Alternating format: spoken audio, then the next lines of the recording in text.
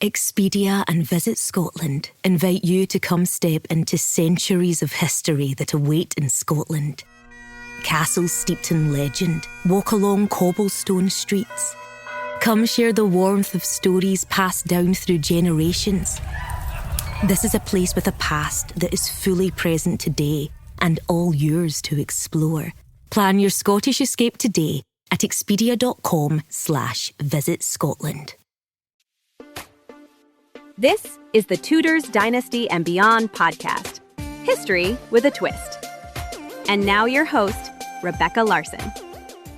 Hello and welcome back to the show. I'm Rebecca Larson, and I'm very, very happy to welcome back again Dr. Linda Porter. Welcome. Thank you, Rebecca.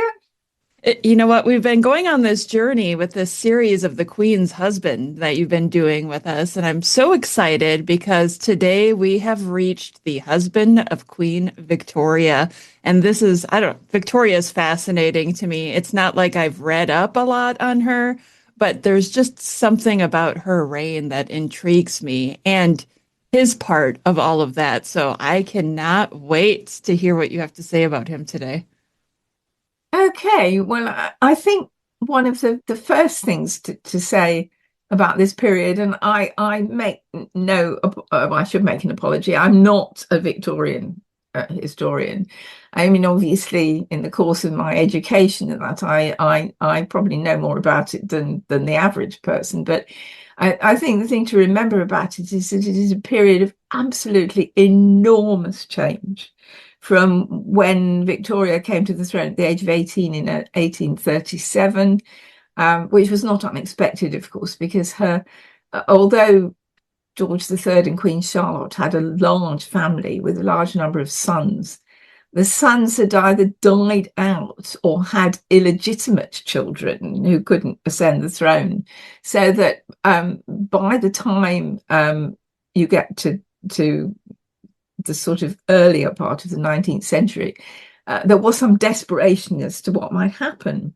And so Victoria's father, who'd remained unmarried for quite a long time, he was living with a mistress, I think, who was a French actress, I'm trying to remember, in a very happy sort of state, when he got the call from at home, "Oi, you've got to get married and produce legitimate heirs." And so he married a German noblewoman, Victoria's mother, and they did produce just the one child, a girl, before her father died as well. So it had been known from a fairly early age, and certainly from the death of Princess Charlotte, at any rate, which is what precipitated a lot of this, that this girl would succeed to the throne eventually.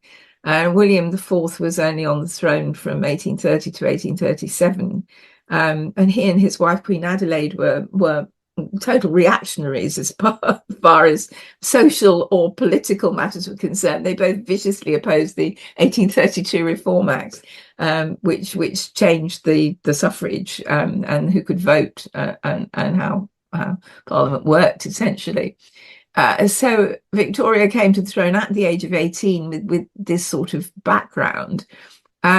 She had been reasonably well educated by her beloved Baroness Larson, but she had been very much under the Germanic influence of her mother. Her mother had a very close relationship with Sir John Conroy. I must admit, there may be a view now as to whether it was sexual or not, but I thought the prevailing view was that it wasn't, but that she was just sort of enthralled to this man, the Duchess of Kent, whom Victoria hated. And it had been considered for a long time that she should marry Albert of Saxe-Coburg and Gotha, who was her first cousin.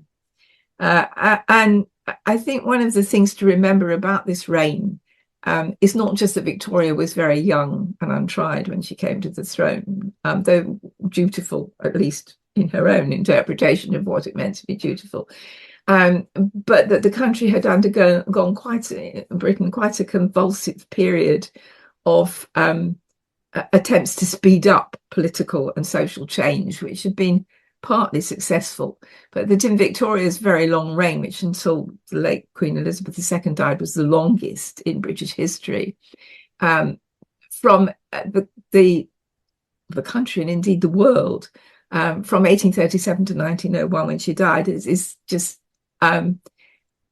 changed so much as to be unrecognizable, basically. And in that time, not only do you have the sort of fulfillment of the Industrial Revolution, the growth of railways, factories, with all the social ills that Dickens so brilliantly wrote about, you have quite a lot of political change, a lot of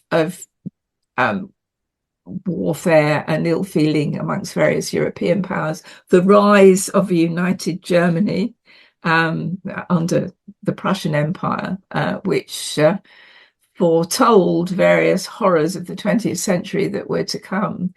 And Victoria, of course, started out as a fairly untried and unknown young woman. She hadn't got on well with her uncle William and Aunt Adelaide, incidentally. They'd sort of, she came to dinner occasionally, but they didn't get on well. And she, I think, still thought at the age of 18, despite all that had happened in the previous century, that as monarch of Great Britain, she would have some power and some influence.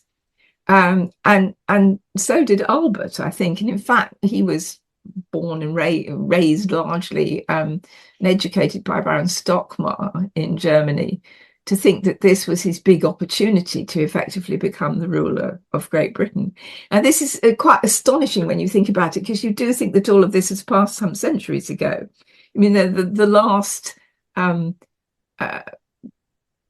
consort, if you like, to have that kind of hope and expectation was Philip of Spain when he married Mary. Because William III was king in his own right. He was a queen's husband, but he was also the leading partner in the dual monarchy. And Prince George of Denmark had played, as I said before, perhaps a more useful and positive role than is often recognised. But he had never aspired to be anything other than Queen Anne's husband. And so the sort of change in expectation almost throws you back a few centuries, to me at least, when you think about it. But Victoria wasn't keen to rush into marriage. She had first met him in 1836. It is said that they both fell madly in love. I don't think that's true. She certainly, as soon as they were married, became absolutely besotted by him. Albert was rather a cold fish, actually, for reasons that I'll get to perhaps in a minute. And I'm not saying he lacked affection for her, but it wasn't of the same sort of absolutely dynamite, vibrant kind of feeling that she had for him, because she was a very passionate woman. And one of the things that people don't recognise, or perhaps just don't know, is you think of the Victorian age as being very prudish, but Victoria absolutely adored sex. You know, the moment she had the opportunity, it was something that was quite a major part of her life. And in fact, their mutual sexual attraction probably was one of the underpinning things of the marriage, even, you know, as he grew ill towards the end of his life and all that sort of thing. So when Victoria came to the throne in 1837, she was always a woman, incidentally, perhaps like her mother, enthralled to a man. In this case, of course, it was Lord Melbourne, the Whig Prime Minister. And Victoria immediately became embroiled in this extremely heated and quite vicious bipartisan situation between the Tories, the Conservatives on one hand, and the Whigs, who were more liberal, on the other. And she was by nature and inclination inclined to the liberal side. And she started off, of course, quite badly in this awful situation with appointments to the ladies of her bedchamber. which she thought, was entirely within her purview, which it wasn't. And that she was determined not to have any Tory ladies in there at all, because it's not so much that these women were overtly political themselves, but their family connections were. And to digress a little bit, and talking about this with a friend up in Scotland just a few days ago, in one of the things that we tend to forget in all of this emphasis on how empowered Tudor queens were, they weren't empowered at all, is that the influence of women in positions in the royal household was because of their husbands and their brothers. It didn't have anything to do with them personally. And you've got this vision in Tudor times of all these really thrusting women running everything. And in fact, they only owed where they were to the patriarchal society. And that has not changed so much even by 1837, of course. Some would argue that it went on well into the 20th century, which I suppose it did. But Victoria, before she married Albert, had made herself persona non grata with the entire Tory party. And she had opposed the appointment of certain ladies, which when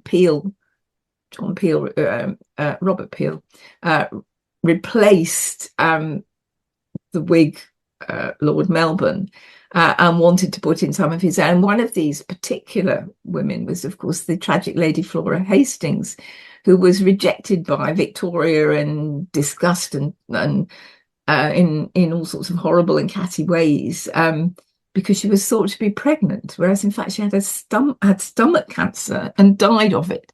And it took the Queen's reputation quite a long time to recover from this debacle, so that when she did marry Albert in the February of 1840, she really was rather friendless. Her relationship with her mother was always slightly fraught, partly because she hated this male companion of her mother's so much, and because Victoria was determined to be her own woman. There's the famous saying attributed to the Duchess of Kent when her daughter became queen, "Does this make me the queen mother?" To which response was, "No, madam, merely the queen's mother," which is not at all the same thing. No.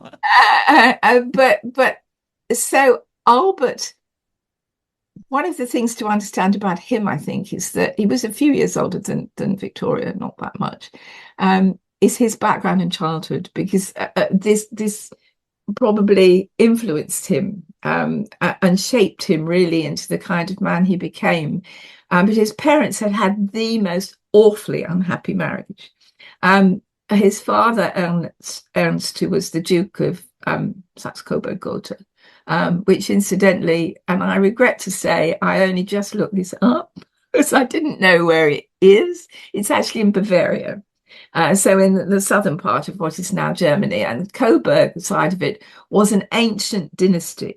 And it was one which was renowned for being successful, cultured, and well regarded. Gotha, at least according to some biographies I've read of Albert, was sort of windswept and much more impoverished. But Albert came from this unhappy family background in the south of Germany. His father eventually divorced his mother. They were both unfaithful to each other. The father had started it, Duke Ernst, and his wife Louise eventually got so fed up that she was rumoured to have taken lovers herself. But Albert grew up, not having had any real maternal influence. His grandmother had some influence on him, but not his mother. She eventually moved off and remarried. And his father was a more distant figure. And the closest person to his life was his elder brother Ernst, because Albert was a younger brother. And it's quite odd in a way that they didn't think of the elder brother Ernst, named for his father, as a proper consort for Victoria. But I think this tells you something about how Britain was viewed at the time. And I suppose the British, like most people, have an inflated view of how glorious and important we were in the past. And certainly in 1837, we were not considered that important or glorious. The imperial expansion came throughout Victoria's reign, but wasn't there at the beginning. And so Albert has quite a they had a young tutor, Ernst and Albert, whom they both very much liked, and who educated them pretty well, I think. And the two brothers were very, very close. And when Albert moved to England, of course, to marry Victoria, that link was broken. He did see Ernst again from time to time, because when the elder Duke Ernst died, the younger one, of course, took over in Saxe-Coburg and Gotha. But Albert was sort of adrift, really, with this young woman whom he had basically thought he would influence her and she would do what he said, which was considerably wide of the mark. But of course, I mean, she became pregnant with very early after their marriage and produced children at regular intervals until, a number of years before his death. So she was not exactly out of the loop, but of course he perhaps had more of a chance to influence her than might otherwise have been the case. But still, although she adored him and called him her angel and all that sort of thing, and hated being parted from him at all, his attempts to become a kind of de facto king of Britain through her didn't work. And like some of the other kings who married British queens regnant, first English, then British queens regnant, he was already unpopular, poor man, before he even got here. He was a foreigner, they didn't know much about him, they didn't like him. I think, despite the fact that the German connection, which went back, of course, to the death of Queen Anne in 1714, was well established, the British still didn't want to think of themselves as being some kind of appendage to, well, Germany, of course, in 1837 was still a collection of duchies and different states. It didn't exist as a country at all. One of Albert's interests was for a united Germany, but not in the way it eventually took place under Prussian domination. So he came to England, not very popular with the British public, probably not very well known, instinctively disliked by the Tories because his wife was known to be a supporter of the Whigs. It was quite a difficult situation to be dropped into, and one which he certainly hadn't properly appreciated before he arrived, because Victoria wouldn't do by any means what he said. And so he had to try and forge a role for himself, which wasn't necessarily easy to do because there was no template for it. So what was there to do? Eventually, of course, he involved himself in pursuing new scientific interests, industrial ones, not so much in foreign things, I think, as he would have liked.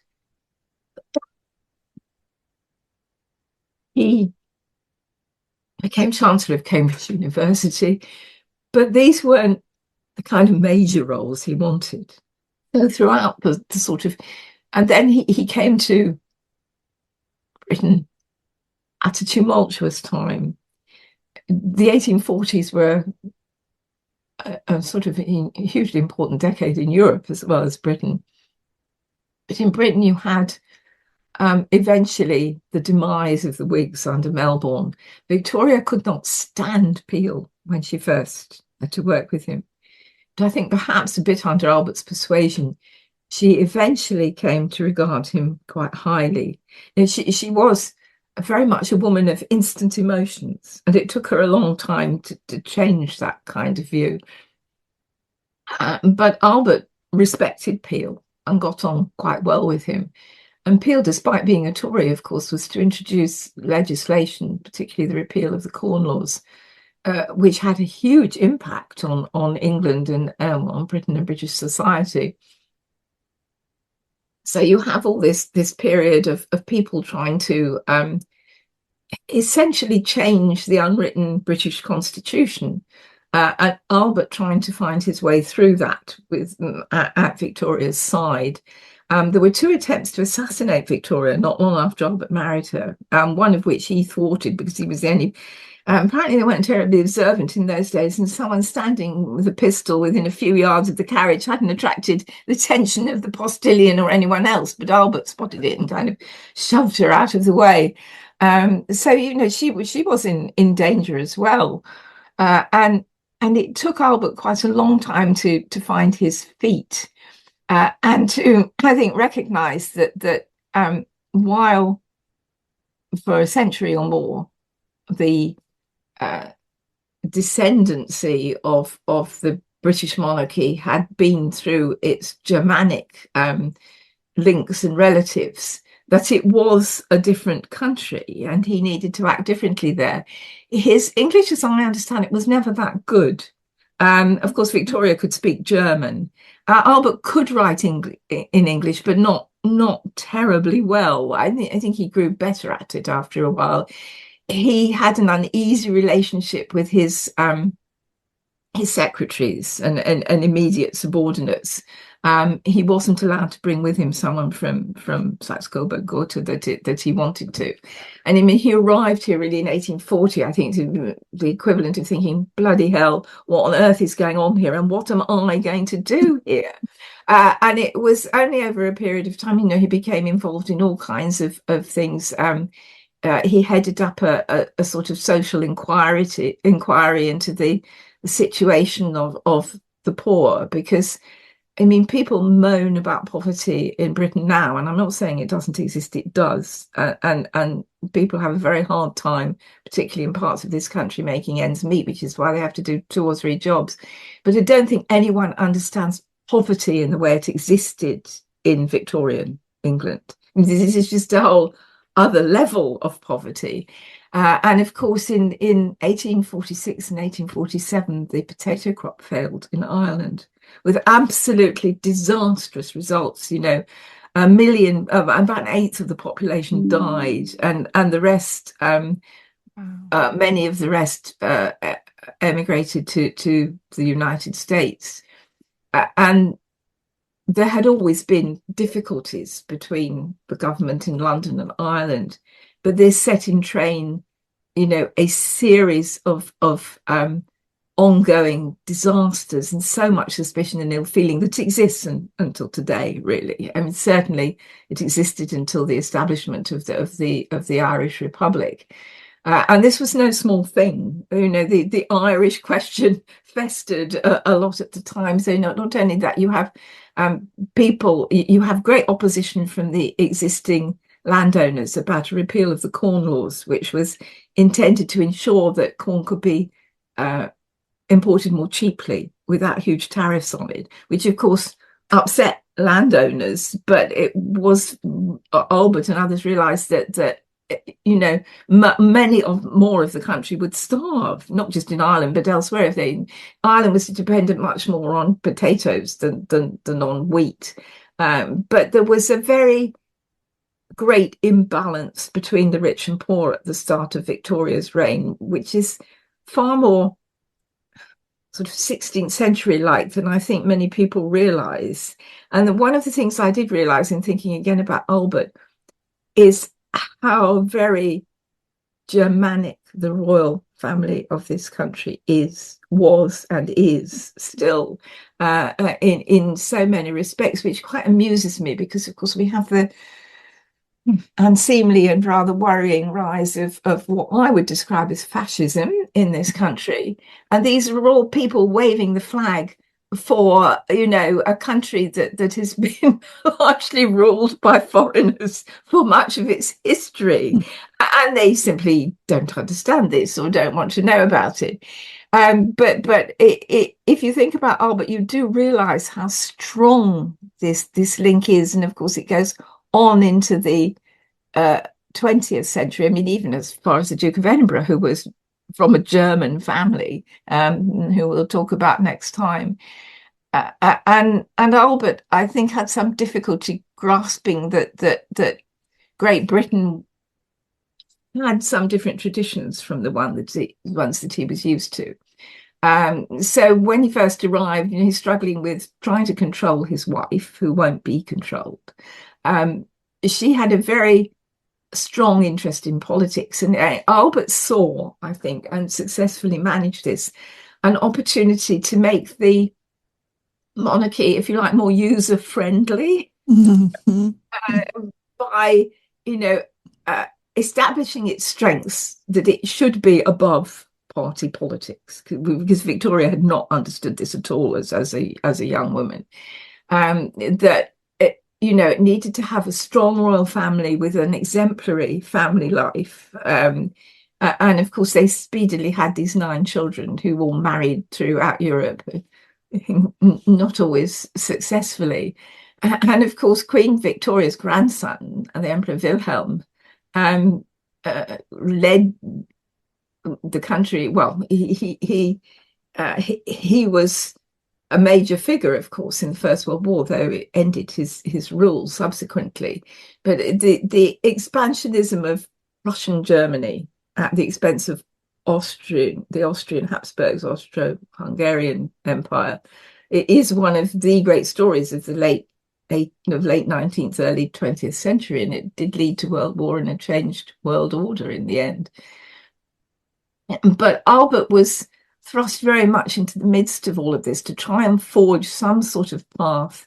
I mean, Britain mostly avoided the troubles of the revolutions of 1848, which convulsed Europe and finally kicked Louis Philippe and the Orleanists off the throne of France, only, of course, to be replaced 3 years later by a new Emperor Napoleon.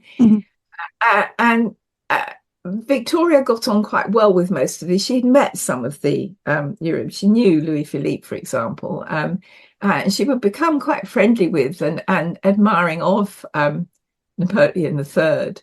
And Albert was by her side through quite a lot of this period. But he was, I think he's now recognized as a figure who perhaps did play quite a crucial, if hard to define, part in developing a monarchy that is much more modern in the sense that we would understand it. He and Victoria still at one stage demanded to see every kind of piece of legislation and that was going to be drafted or agreed on and everything. They tried to be much more hands-on than they eventually were able to be. And his presence was fundamental to Victoria's existence. So that when towards the end of the 1850s, I mean, he'd been instrumental in creating the Great Exhibition and the Crystal Palace in 1851, and managed, as I said, to forge a role for himself as a person of substance and intellect. And he was a very intelligent man, there's no doubt about that, in his own right, by the side of this and quite bossy and in many respects insensitive little woman that he was married to.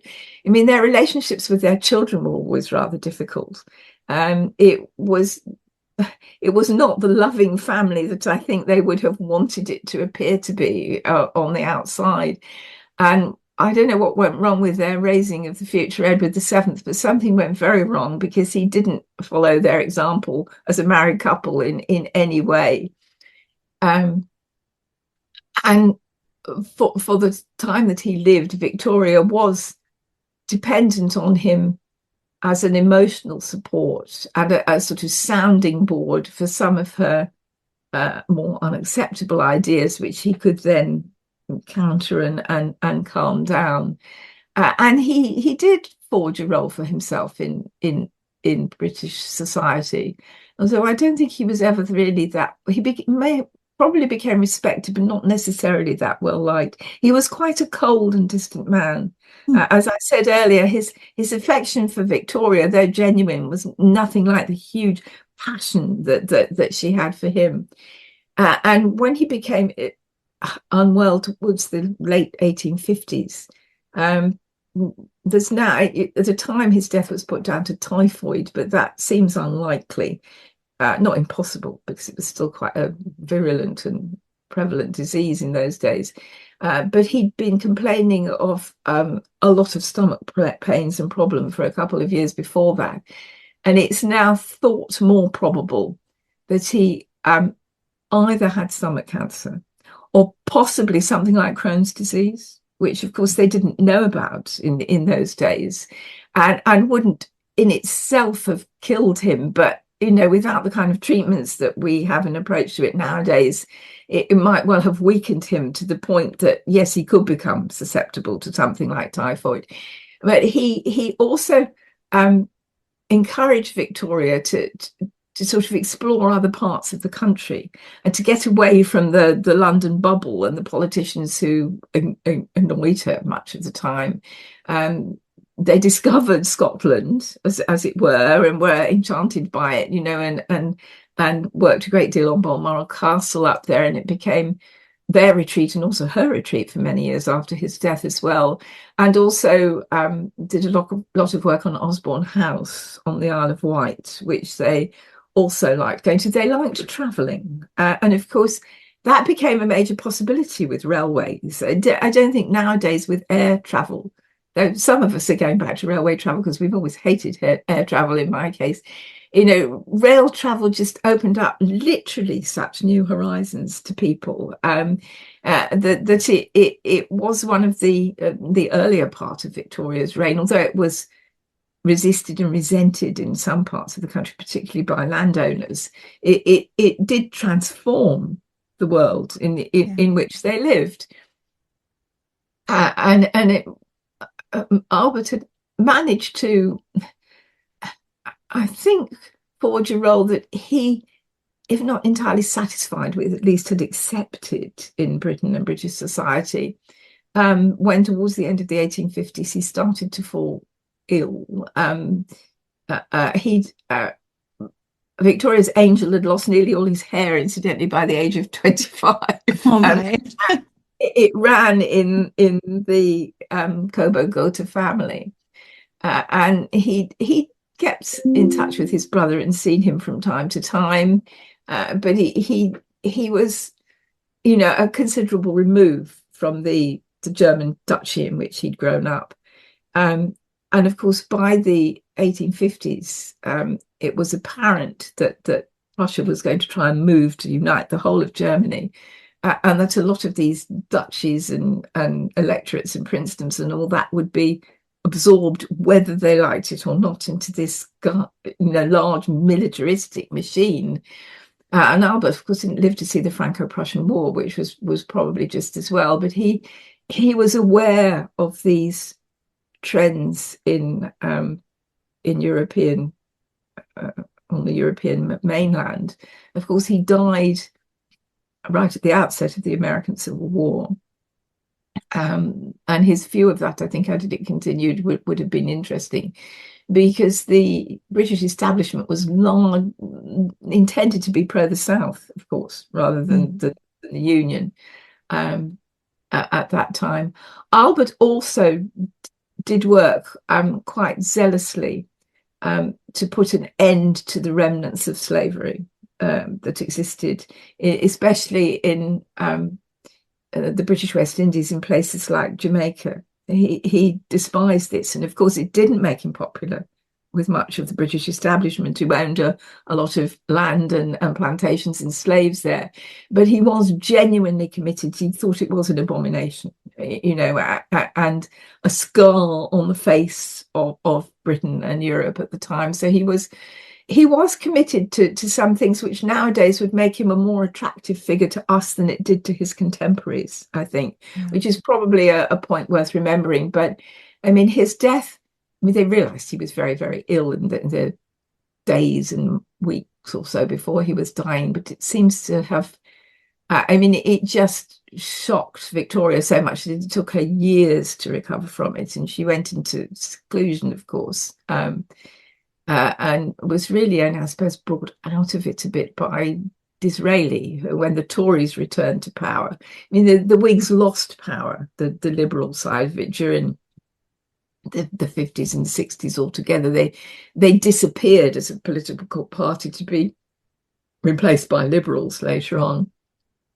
But Victoria managed to negotiate all of this, and she adored Disraeli, who was very good at dealing with people, and particularly with women. And by that time, of course, Albert had been gone for nearly a decade. But his death shattered her, and she had to go on for 40 years, which is an awfully long time when you think about it, without him. And she was never the same.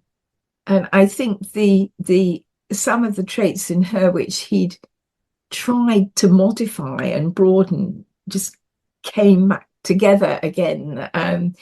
So that she had realised that it was a constitutional monarchy, and that didn't mean that she could interfere in things whenever she wanted. It didn't mean that she was overlooked or ignored, but it was a different conception than she'd had as an 18-year-old. And of course, she never remarried. And to be honest, I don't even know whether there was ever even any suggestion of it. I mean, she took herself off to Balmoral and more or less stayed there for quite a long time. So I don't think she was still a reasonably young woman at the time, and she could have remarried, but she didn't. And of course, her poor youngest daughter, Princess Beatrice, who was always known as Baby, had to devote literally the rest of her life to looking after her mother, which until her mother died, which must have been very difficult and trying. And the rest of the children got dispersed and married throughout Europe, mostly in Germany, of course, with various.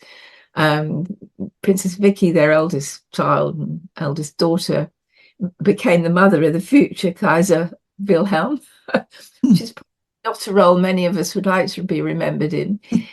And the others married, and of course, eventually her grandchildren were all over Europe, from Russia in the east to Britain in the west. Never really got into France. that always remained closed to them, but. So that really, I think, is Albert, a man who sadly died before his time, perhaps,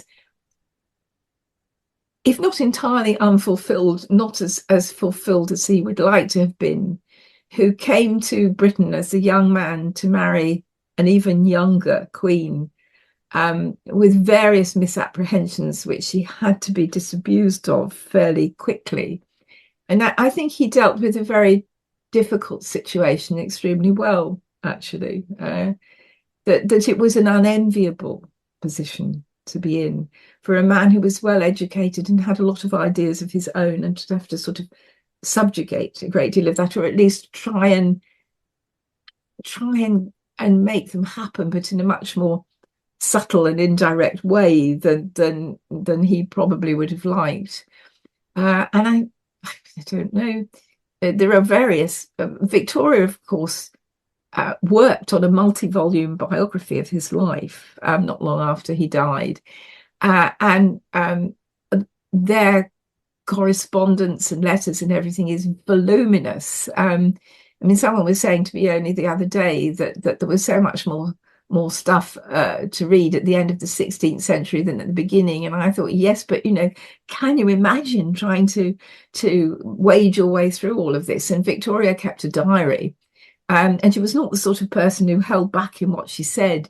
I think Albert was also to some degree disadvantaged by her absolute adoration of him on a personal level, but her feeling that she couldn't give him too much rope or too much leeway on the purely political. He did manage to get rid of Baroness Lehzen, her the woman who'd been her tutor. And of course, eventually the Duchess of Kent herself died, not that she'd been much of an influence on her daughter.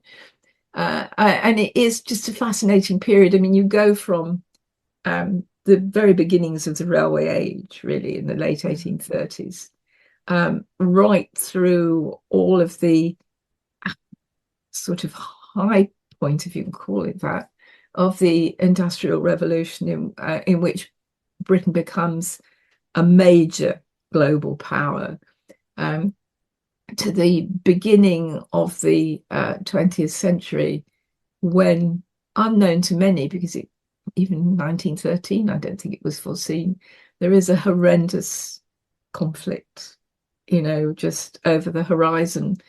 And as I said, one of the things that struck me about reading about Albert and Victoria is just how much of a basis in Germany the British royal family has.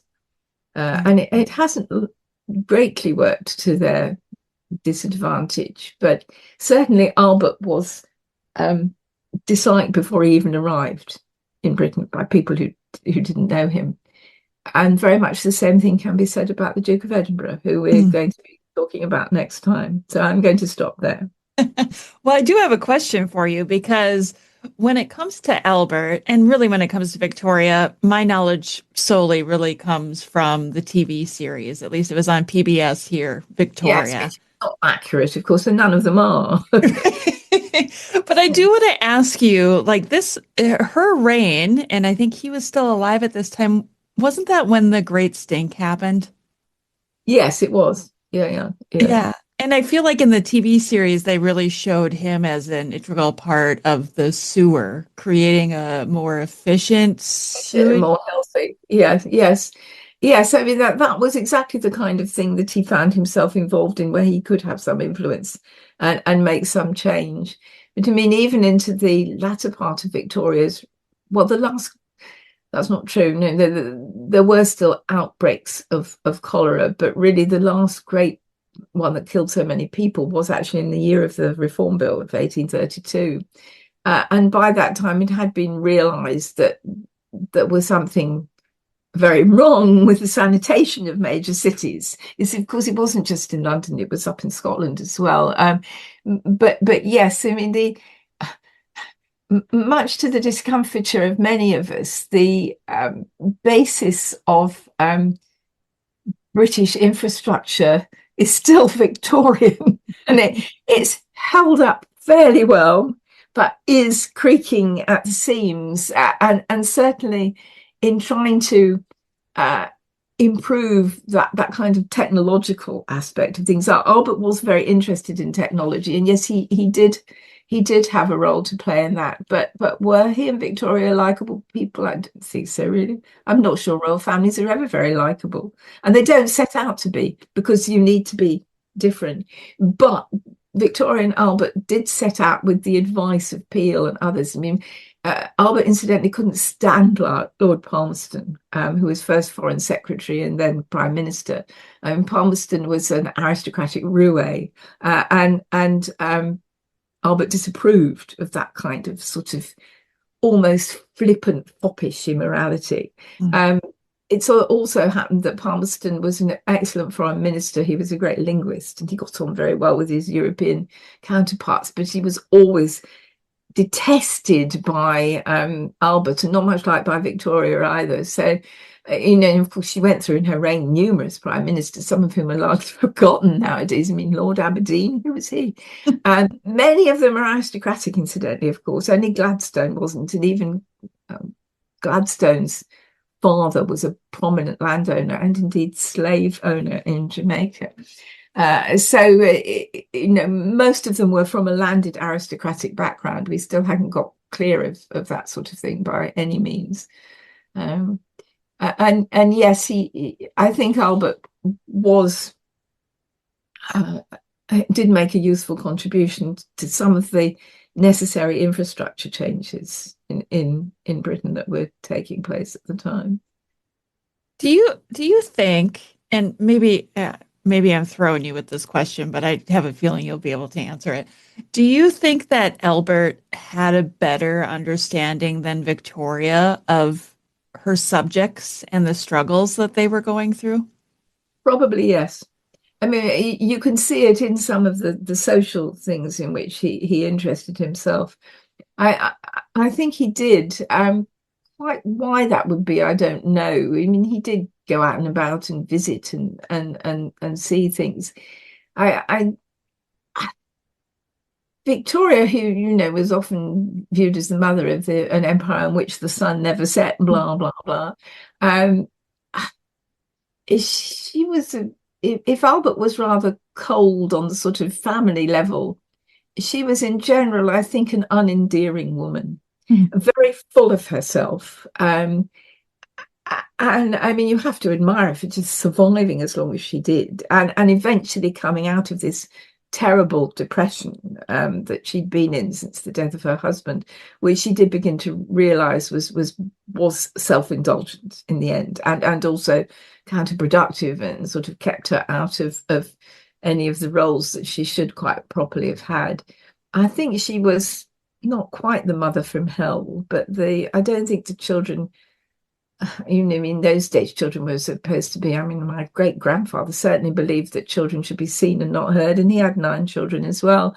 And it was not a time in which the kind of, well, modern family has changed, of course, a great deal in my lifetime, and now normally to a step family or something like that.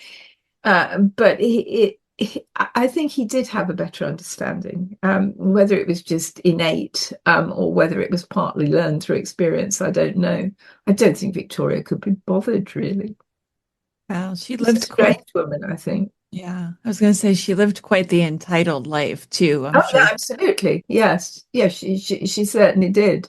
Um, I think it's something that Albert felt that he would be entitled to when he arrived in this country, and speedily realized that he wouldn't. I mean, of course, he was from the purely,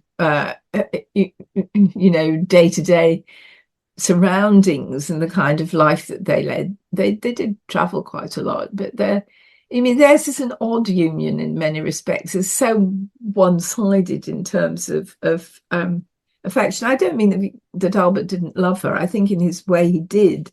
He certainly didn't feel about her the way she felt about him. Not at all.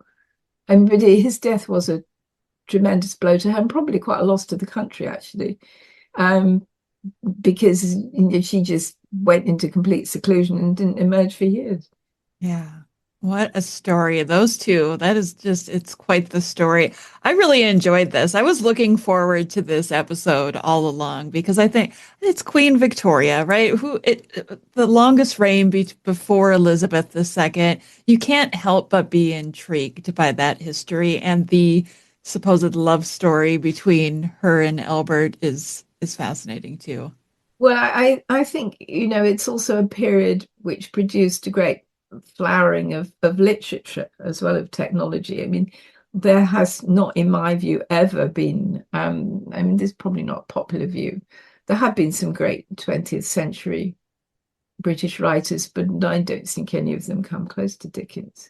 And in his ability to capture the more negative elements of the society in which he lived, which he'd often seen at close hand, of course, at a court reporter, because that's a very good way to find out what's really happening. All humankind is there under those circumstances. I think, we should be grateful to Victoria and Albert for the fact that together and then separately after him, they did reign successfully. Of course, if you believe that empire is inherently evil, then it's not a period to be admired. But Britain wasn't the only country that had an empire, Right? and they still exist, of course, in various forms. Yeah. And what followed afterwards wasn't necessarily that successful. Victoria did hold together in her regal person many, many disparate societies and peoples. Whether she had any real understanding of them is quite another matter. Yeah. It is quite amazing to me for such a small island. And I say small island compared to the size of the United States. Sure, But no. it's amazing to me how powerful it had been. Well, And it had a military class and a civil service class, particularly, who took it upon themselves. They believed it was their duty to go out and govern. I mean, this could and did make you much hated, but they certainly did it with gusto. And I mean, where the British Empire would have been without the Scots, I don't know, because they were the or par excellence, the part of the British Isles where people went forth and took up roles. I mean, their treatment of people in other countries was patronising and awful sometimes. But it hasn't necessarily been replaced, as far as I can see, with anything that's hugely better. I mean, neither Victoria nor Albert would have approved of democracy in the way that has been viewed in the 21st century. But, I think there is a good question. Is it working? Because there are signs that it isn't. Mm-hmm. You cannot, in my view, impose it on countries that have no tradition of it. Whether we like other regimes or not, we perhaps learn to need to recognize that they're there and they are functioning. You don't have to like them. You may be profoundly grateful you don't live there, but it is a reality. Yeah, that is very true. I remember saying to my students in New York many, many years ago, they were shocked by this. Democracy tends to mediocrity, and by God it does. Dr. Linda Porter, I always love having you on the show. We get to talk about such interesting people in history, but it's not just the people. I mean, I feel like you help us look at the whole social aspect too, and I really hope so, because I mean, fascinating as royal politics is, it is a kind of just scraping the surface of what it was like to be alive in the past. And I've always, and I said this to one of the groups I gave a lecture to in Scotland over the weekend, I have never understood the modern fervour to say that people in the past were just like us. If they are just like us, why on earth are they interesting? We're not that interesting. and if you study history, the whole interest of history is that people were not like us. Their worldview was often substantially different. And I think we need to understand that. And, we've put people like Anne Boleyn on a pedestal. And yes, her life was, and especially her death, was unjust and often unhappy. But, there is more to the 16th century. There's even more to Henry VIII's reign than his 6 wives. And I say that as someone who's written a biography of one of them. And I really do wish we could move on from this, because it isn't really getting us anywhere. It isn't improving our understanding of the past. And it's starting to bring into play all sorts of modern misinterpretations about how women like Anne Boleyn were empowered. How empowered are you when your husband orchestrates your downfall in a matter of days and has ordered a swordsman from Calais even before you've gone to trial? Right? That's not really being very empowered. No, it's not. I feel like it's like this vicious loop that we're in when it comes to Henry VIII and his 6 wives, because there's always new people coming into that period of history because of Anne Boleyn, because yes, of him. And quite often, to be frank, they have very little to contribute. we need more people like you, right? We need more people like you. I'm old-fashioned in many respects, partly because I'm old, but that doesn't necessarily make me old-fashioned. I do think we should try and look at the past as far as possible through the eyes of the people who were there, bearing in mind that almost everybody wrote with an agenda for years and years. They were trying to big themselves up or something. I mean, you can see it happening in politics today in Britain.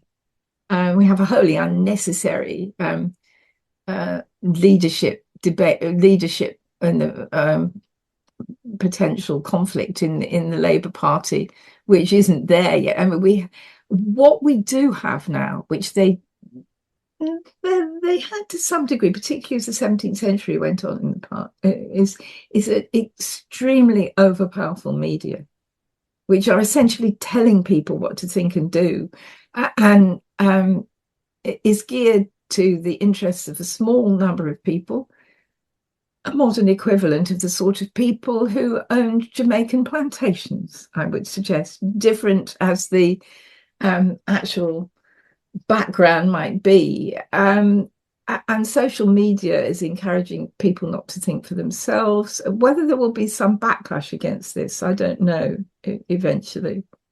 Probably there will be. But I mean, more and more you run into people. I don't run into that very much because I can normally deal with them. But you do run into various people who just flatly tell you that you're wrong, you know, and I won't put up with that. When you've got a doctorate in history and have been studying it for 50 years, you can perhaps have a discussion with me that there might be other things to consider, but you are not going to tell me that I'm wrong. Right. Yeah. I read this historical fiction book or watched this TV series, and I know the history. Oh, yeah.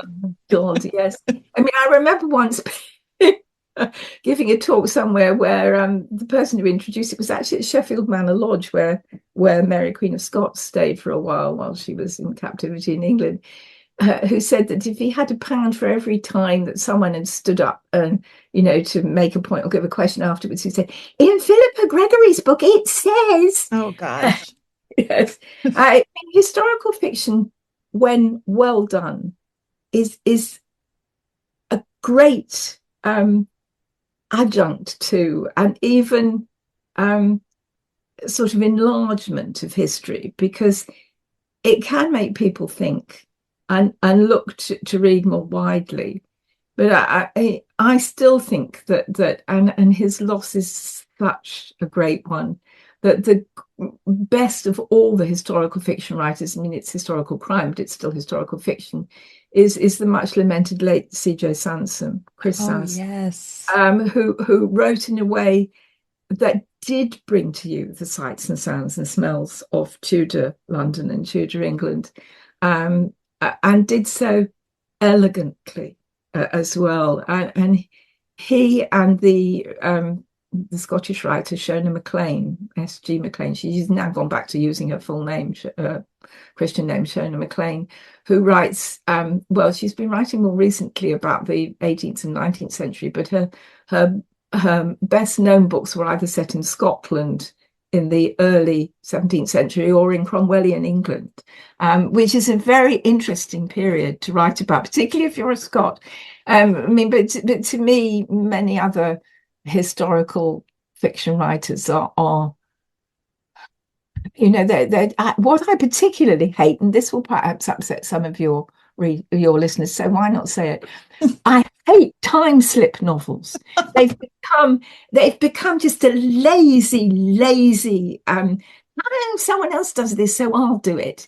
And not only is it preposterous, but it's bad historical fiction. So stop writing them.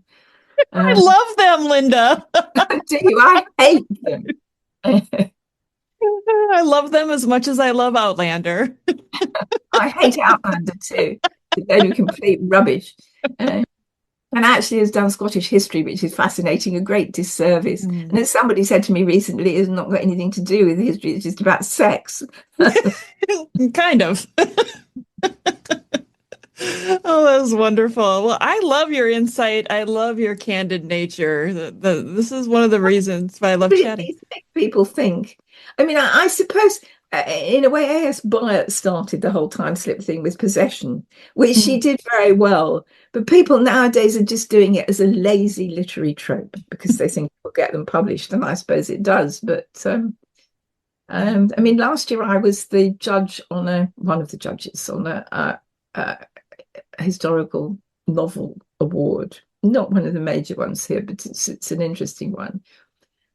And actually, I have to say, we had some extremely good ones. We also had a lot of absolute rubbish. I mean, it did make me realize that even rather mediocre non-fiction is often better than mediocre fiction. Well, that gives. I think you need to work harder at it. I'm not, of course, some historical. One historical novelist I really love is my friend Liz Fremantle, Elizabeth Fremantle, and she does an awful lot of research and works incredibly hard. But really, if you're going to write a good historical novel, you probably need to do almost as much research as a non-fiction person. It's just how you use it that's different. Yeah. I loved The Queen's Gambit, and And her more recent books set in Italy. These books are really fine about Artemisia Gentileschi and people like that. But one of the books we were the other non-fiction judge, Amy McElroy, whom you speak to from time to time, and I really liked last year, was a book called The Maiden of Florence, and it's very, very good, and it's based on a true story of a girl who was sort of plucked from an orphanage to be bedded by a Medici who they wanted to prove could actually produce children before, because there was some doubt that he could, and what happened to this woman subsequently. It's very, very well done. And Amy and I were rooting for it, but we didn't. We got it onto the shortlist. The book was actually, the award was actually won by the novelist Kevin Barry's The Heart in Winter, which is set in the West in the 19th century, and it's very, very good. So yes, I do. I like a lot of people. I started out reading Jean Plaidy. Me too. No, I have grown out of that by now. And when you look back, it does make you cringe a bit. But she was extremely prolific and probably influenced quite a lot of people. Yeah, I feel like historical fiction is what influenced me to get into history and probably this podcast as well. But also it allowed me to explore and research and want to learn more. I think that's fine if that's what you do. If you do just take all of this in Philippa Gregory's book, It Says view of history, then that isn't good. Neither am I, though. I really liked Hilary Mantel's novel set in the French Revolution, A Place of Greater Safety, and I was originally a historian of the French Revolution, so I might have approached it with a certain degree of skepticism, but I really like it. I don't like her Thomas Cromwell novels. I think he's just a 21st century man, the way he thinks, and I don't like things written in the third person present. I think it's, a literary conceit which most of us could do without. And her books are far too long. They're just too long. An editor should have taken a pen to them and said, we're going to get rid of a third of this. But most editors don't have the time to do that nowadays, and are probably frightened of doing it with a successful author. Yeah.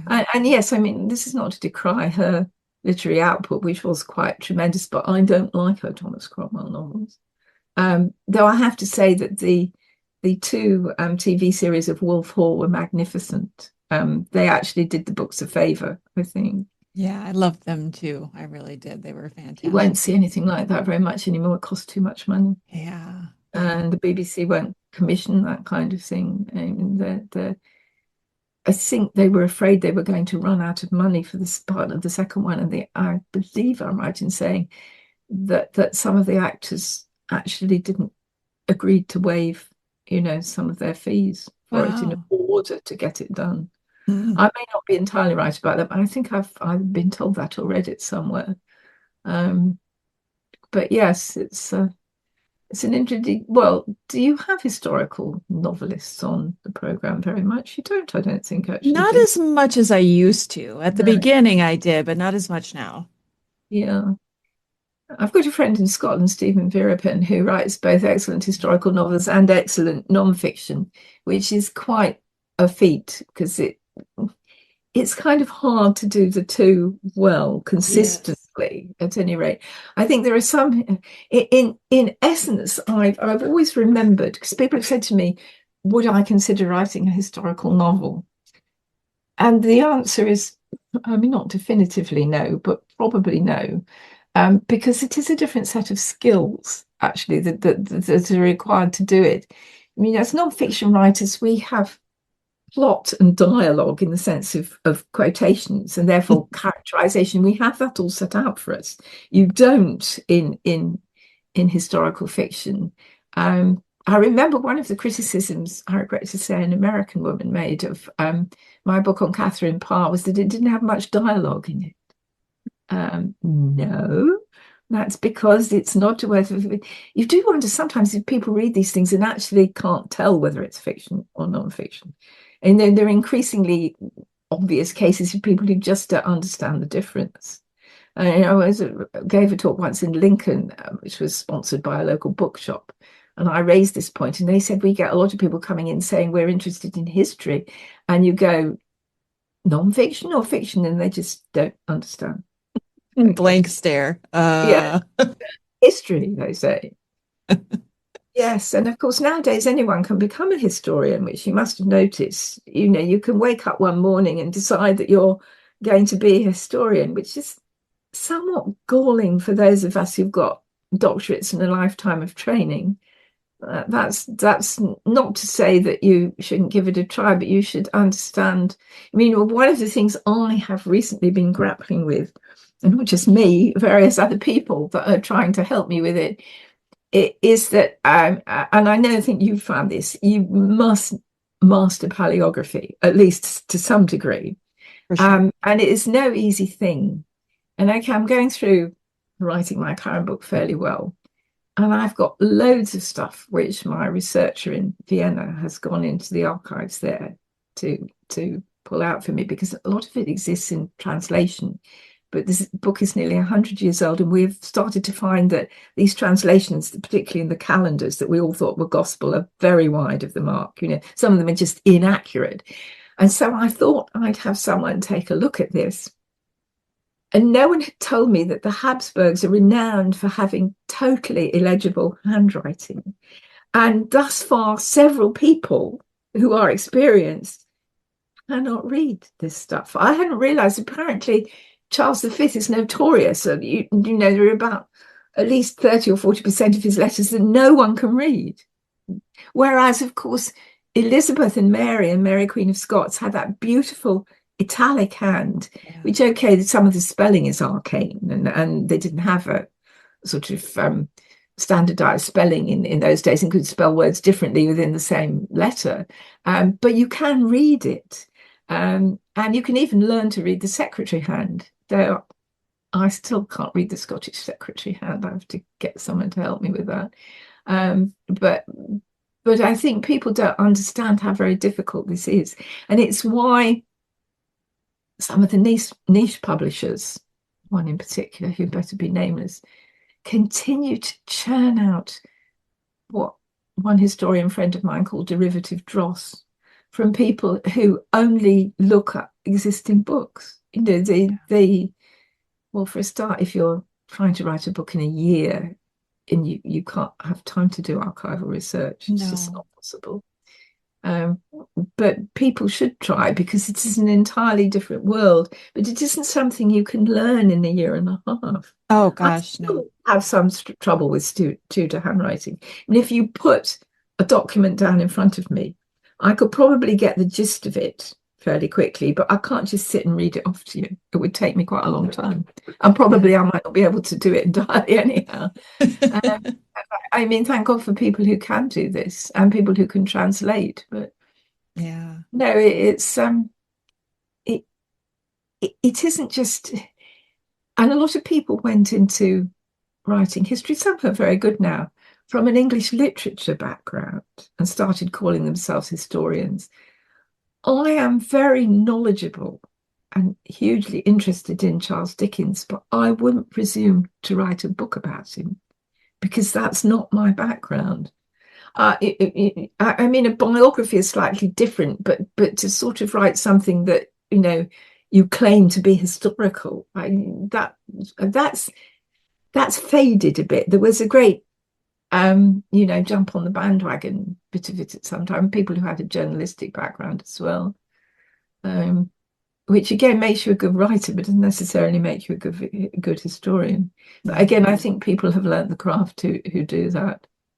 But I'm an old-fashioned enough to think if you're a historian, you should at least have a history degree. Sorry, but you should. Yeah, yeah. If not, then I would say I prefer to call myself an independent researcher.